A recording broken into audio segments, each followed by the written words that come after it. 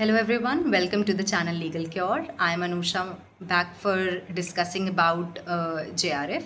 So in last video we discussed about UGC NET examination जहाँ पे हमने बात किया कि पेपर कैसा आता है, कितनी बार कंडक्ट होता है, उसकी मार्किंग स्कीम क्या होती है एंड क्या कैसे वो उसमें मतलब क्या क्या कट ऑफ का सिस्टम होता है एंड कैसे क्वालिफिकेशन होता है।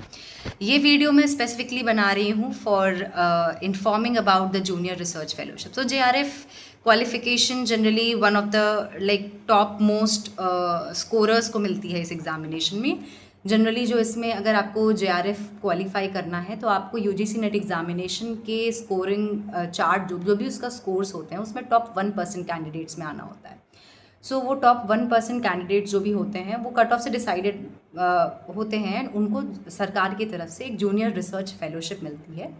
ये फेलोशिप के माध्यम से आपको सरकार आर्थिक रूप से सहायता करती है रिसर्च कंडक्ट करने में एंड आपकी रिसर्च जो है एक सॉर्ट ऑफ आप एक गवर्नमेंट रिसर्चर की तरह वर्क करने लगते हैं। इसमें जनरली क्या होता है, अब हम अगर बात करें तो JRF का जो आपका सर्टिफिकेट होता है ये आपका नेट सर्टिफिकेट के साथ ही इशू होता है। तो अगर हम देखें नेट और JRF सर्टिफिकेशन में अंतर, तो एक ही सर्टिफिकेट में लिख के आएगा, बट नेट क्वालिफिकेशन की खासियत ये है कि वो लाइफ लॉन्ग वैलिड होता है। आपने एक बार क्वालिफाई किया, इस साल सपोज क्वालिफाई किया, ये आपका लाइफ लॉन्ग वैलिड होगा। आपको दोबारा नेट क्वालिफाई नहीं करना पड़ेगा। आप फिर चाहे आज से 10 साल बाद प्रोफेसरशिप के लिए अप्लाई करें या फिर 20 साल बाद करें, वो स्टिल वैलिड रहेगा। It's merely N qualifying exam. But अगर आप जूनियर रिसर्च फेलोशिप की बात करें तो ये सिर्फ और सिर्फ 2 साल के लिए वैलिड होता है। तो अगर आपने इस साल क्वालिफाई किया है तो आप इसका बेनिफिट जो भी मॉनेटरी बेनिफिट है ये मैक्स टू मैक्स जून 2028 तक क्लेम कर पाएंगे। जिस भी डेट को आपका सर्टिफिकेट इशू होगा उसके 2 साल के अंदर ही आपको जूनियर रिसर्च फेलोशिप क्लेम करनी होती है, वरना वो लैप्स हो जाती है। और इस फेलोशिप के अंडर में आपको आने लाइक जिस दिन आपने क्वालिफाई किया है इसके 2 साल के अंदर कहीं भी PhD में एडमिशन लेना होता है, जो भी आपका सब्जेक्ट है उसमें, एंड आपको अपनी PhD स्टार्ट करनी होती है। आपने PhD एक बार स्टार्ट करी तो आपको फिर जब पूरा उसका पेपर वर्क हो जाता है तो आपको पैसे मिलना स्टार्ट हो जाते हैं। अब इसके पेपर वर्क में जनरली क्या होता है, UGC का एक पोर्टल होता है, उस पर आपको लिंक किया जाता है। वो पर्टिकुलर यूनिवर्सिटी का प्रोसेस होता है एंड PhD एडमिशन एक बार आप ले लें तो उसके बाद अगर आपको PhD एडमिशन्स के बारे में भी और जानना है कि कैसे होता है, क्या प्रोसेस होता है, तो let me know in the comment section and हम उस पर भी एक वीडियो बना सकते हैं। बट इट डिपेंड्स कि आपको जानना है उसके बारे में कि नहीं।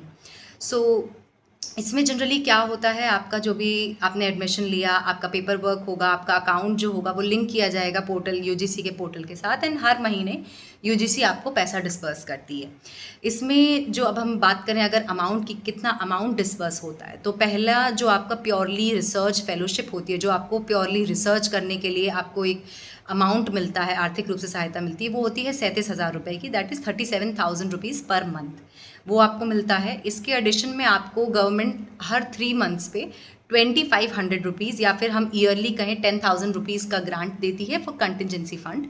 इस कंटिजेंसी फंड की खासियत ये है, ये फंड आपको रिसीट्स एंड प्रूफ दिखाने पे मिलता है कि एंड ये कंटिजेंसी फंड्स का जो यूज़ होता है, ये use particularly for buying books, for buying equipments, research material, print outs, इन्हीं सब के लिए किया जाता है। एंड इसके बाद आपको जो एक तीसरा कंपोनेंट होता है JRF अमाउंट का, वो होता है आपका HRA, हाउसिंग रेंट अलाउंस।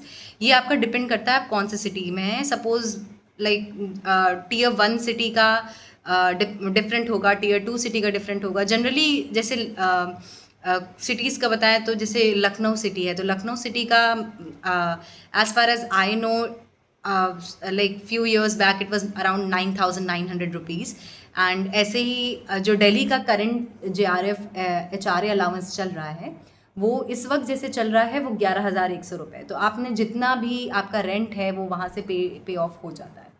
अब इसमें एक चीज़ ये भी आ जाती है कि आप कैसी जगह रह रहे हैं। आप सपोज़ आप कोई ऐसे लाइक रेंटिंग फैसिलिटी में रह रहे हैं जहाँ का जहाँ का आपका रेंट बहुत ज़्यादा है, तो ऐसा नहीं है कि आप कितना भी क्लेम कर सकते हैं। 11,100 रुपये आपकी अपर कैप होगी, आप उससे 1 रुपये ज़्यादा भी क्लेम नहीं कर सकते हैं in case of Delhi specifically. And आप उसी हिसाब से उसको यूटिलाइज़ करते हैं। तो आपको इन टोटल इतना ही अमाउंट मिलता है, 37,000 रिसर्च के लिए, 10,000 पर ईयर या फिर 2500 हर 3 महीने में for contingency buying stationeries and all, and per month आपका HRA हाउसिंग रेंट अलाउंस आपको मिल जाता है।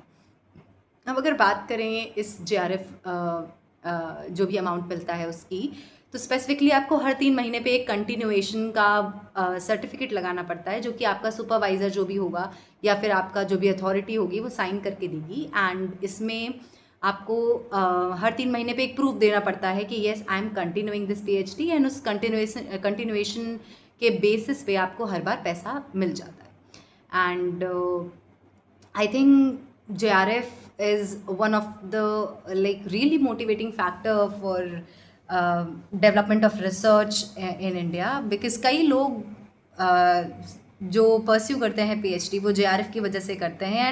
And I think JRF is one of the good initiative जो कि गवर्नमेंट की तरफ से आता है, बिकॉज आई थिंक जब आप एक PhD के स्टेज पे होते हैं, एक आर्थिक स्थिति आपकी मजबूत होना बहुत ज़रूरी होता है, एंड JRF उसके लिए बहुत इंपॉर्टेंट है। एंड आई विश जितने भी हमारे सब्सक्राइबर्स हैं, वीडियोस देख रहे हैं, जो वो भी अगर इस एग्जामिनेशन में इंटरेस्टेड है, they do qualify, and I hope they end up getting like best out of it. So आज का वीडियो हम यहीं पे रैप अप करते हैं। Thank you for watching.